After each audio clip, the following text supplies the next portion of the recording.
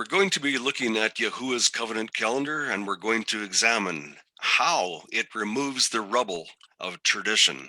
And this is the short edition. Are the scriptures accurate? Can we find accuracy in them? Are there scriptural characteristics in the Gospels that positively identify the crucifixion year so precise that it simply cannot be mistaken?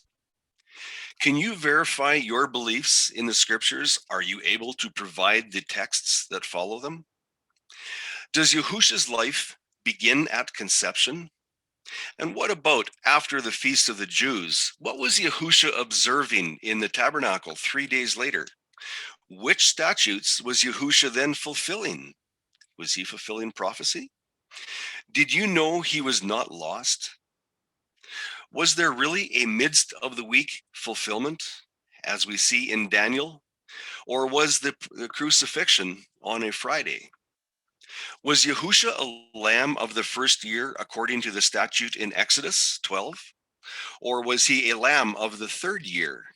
Have you recognized from Scripture the two different calendars that function simultaneously together in the Gospels, which is fulfillment of prophecy?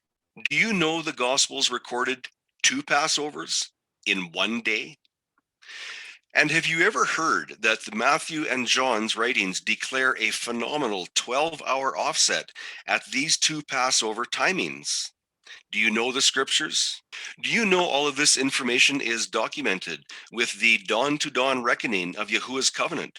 And that would be starting at Genesis 1. And why is it that the scribes were negotiating business operations with Pilate on Shabbat? Would they normally do that? Let's have a look at this 12-hour offset. The 12-hour offset at Yahusha's Passover is found only on the 4th cycle, and that would be on a Wednesday.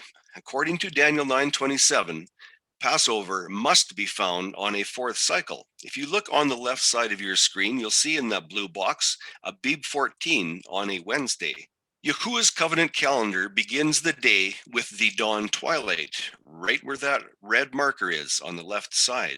Yahusha crucified on the tree in this light season. And there we see the 12 hours.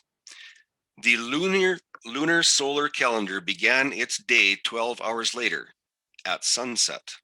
And there is the 12-hour offset. This is the unbelieving Jews' lunar calendar, which begins with sunset. Matthew and John established the 12-hour offset lunar calendar right there in that fuchsia oval. How can we be sure about this offset, crucifying Yahusha, when the scribes declared, not at the festival, lest there be an uproar among the people? Of whose festival were they referencing? Was it their lunar Passover? Or was it the Passover within Yahuwah's covenant? Can we count on their steadfastness to their word? Was Yahusha actually crucified on their lunar Abib 14 or not? Your questions deserve answers. In the full study, there is a highly detailed documentation is provided for Common Era 26 to 29 and 31 to 34, and it's in that study link below. Check it out for yourself and be ready for the astounding part 2. What happens in Common Era 30? There's the link below. Look it up and get the answers for yourself. Yahuwah marks the sands of time, not man.